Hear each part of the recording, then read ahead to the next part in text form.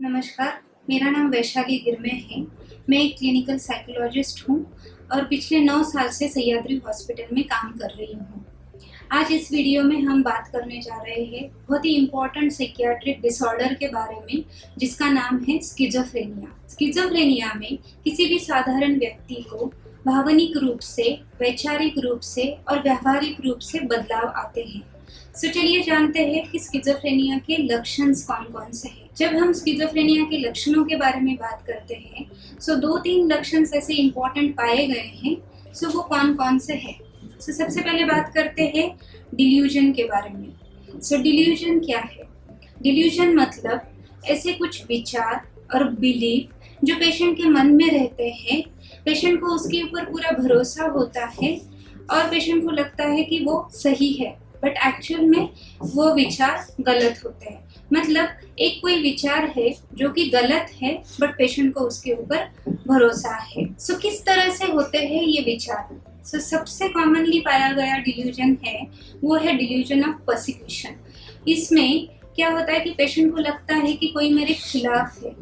Basically patient को लगेगा कि कोई फैमिली मेम्बर्स मेरे खिलाफ है, कोई आसपास के पड़ोस के लोग मेरे अगेंस्ट कोई प्लानिंग प्लॉटिंग कर रहा है, या कभी काम वाले मेरे कुलीग मेरे पीछे कुछ कर रहे हैं।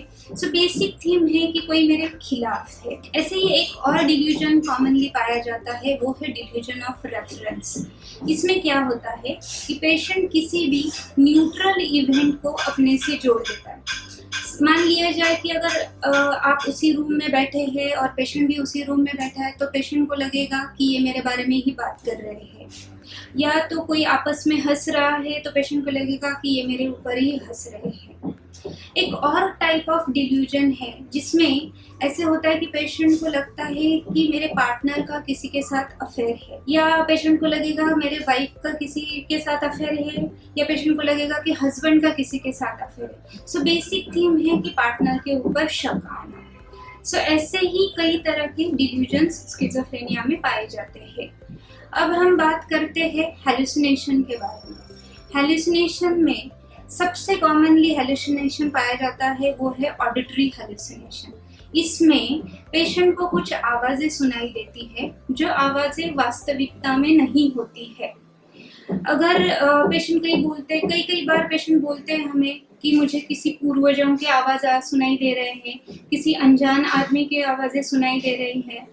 अगर आप उसी कमरे में हो और पेशेंट भी उसी कमरे में है, तो पेशेंट बोलेगा कि मुझे तो आवाज़ सुनाई दे रही है, बट आपको कोई आवाज़ नहीं सुनाई दे रही। आप अगर पेशेंट को बोलने जाओगे कि मुझे तो कोई आवाज़ नहीं सुनाई दे रही है, तो पेशेंट इंसिस्ट करने लगेगा मुझे तो आवाज़ सुनाई दे रही। इसी तरह कुछ केसेस में विजुअल हेलुसिनेशंस भी होते हैं।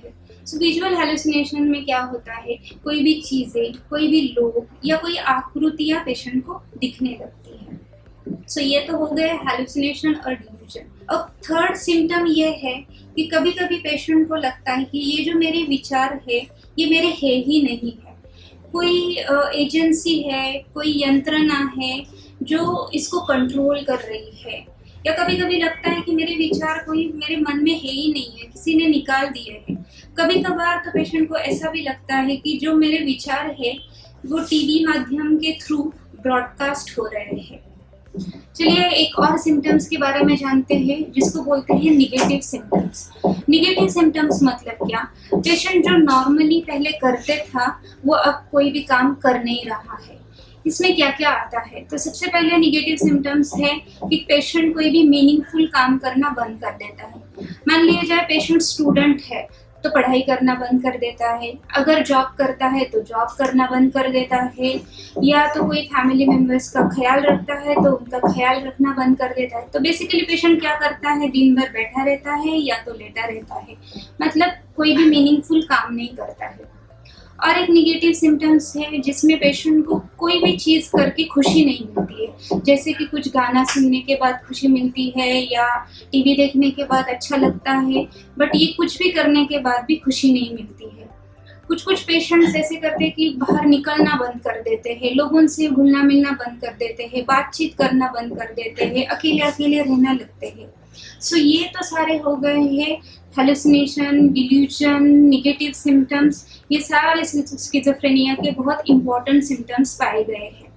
सो अगर आपको ऐसी कोई भी व्यक्ति इस सिम्टम्स के साथ दिखाई दे तो जल्द से जल्द आपको नज़दीक के साइकियाट्रिस्ट के पास लेके जाना है और ट्रीटमेंट स्टार्ट करना है। मैं ऐसा क्यों बोल रही हूँ, क्योंकि ये सारे जो सिम्टम्स हैं दिखने में तो ऐसे दिखते हैं और नॉर्मल लोगों को समझ में नहीं आते हैं कि ये किसी बीमारी के लक्षण हैं। सो बहुत सारे लोग पहले तो मौलवी के चक्कर में या पंडितों के चक्कर में जाते हैं कि उनको लगता है कोई भूत बाधा हो गई है या कोई ऊपरी हवा हो गई है। तो इसमें जाने के बाद क्या होता है कि टाइम वेस्ट हो जाता है और बीमारी बढ़ जाती है। अगर ऐसा कोई भी पेशेंट्स आपको दिखाई दे तो उनको आप सही से ट्रीटमेंट लेने के लिए मोटिवेट कर सकते हैं। अब जानते हैं कि ये स्किज़ोफ्रेनिया बीमारी होती क्या है, उसके कारण क्या है। देखा जाए तो 1% लोगों में स्किज़ोफ्रेनिया बीमारी होती है एंड उसमें 2 बहुत महत्वपूर्ण कारण है, वो है जेनेटिक फैक्टर और एनवायरमेंटल फैक्टर। अब जेनेटिक फैक्टर मतलब आनुवंशिकता।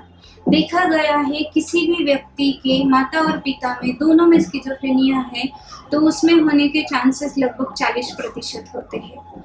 अगर किसी भी माता या पिता में से किसी को एक को स्किज़ोफ्रेनिया है तो उस व्यक्ति में होने के चांसेस लगभग 12% है।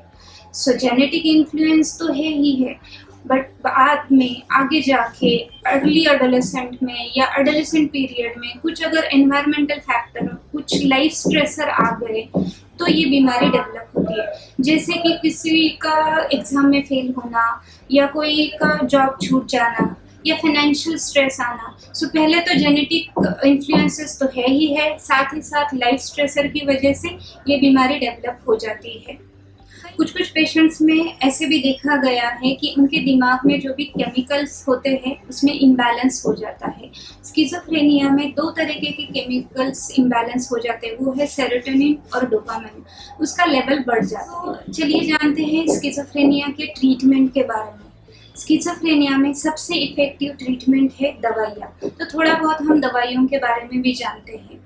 जब हम पहले दवाई स्टार्ट कर देते हैं तो कम से कम 4 से 6 वीक का हमें पेशेंस रखना पड़ता है दवाइयों का असर होने के लिए। और दूसरा पॉइंट ये है कि कभी कभी इसका कोर्स लंबा चलता है। मान लिया जाए अगर आपके पेशेंट को पहली बार बीमारी हुई है तो भी कम से कम 1 से 2 साल तक ट्रीटमेंट लेना ज़रूरी होता है। थर्ड पॉइंट ये है कि कुछ पेशेंट्स ऐसे होते हैं जिनको बीमारी के बारे में पता होता है, उनको पता होता है कि मेरे साथ क्या हो रहा है, तो वो अच्छे से ट्रीटमेंट लेते हैं, कोर्स कंप्लीट करते हैं और अपनी नॉर्मल लाइफ में चले जाते हैं।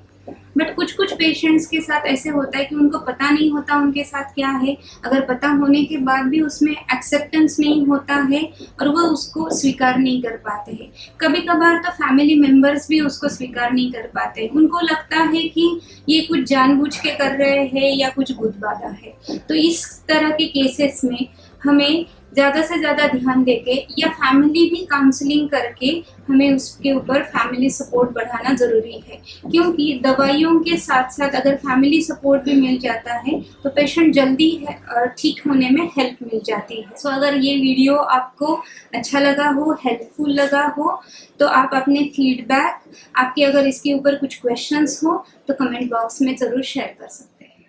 धन्यवाद।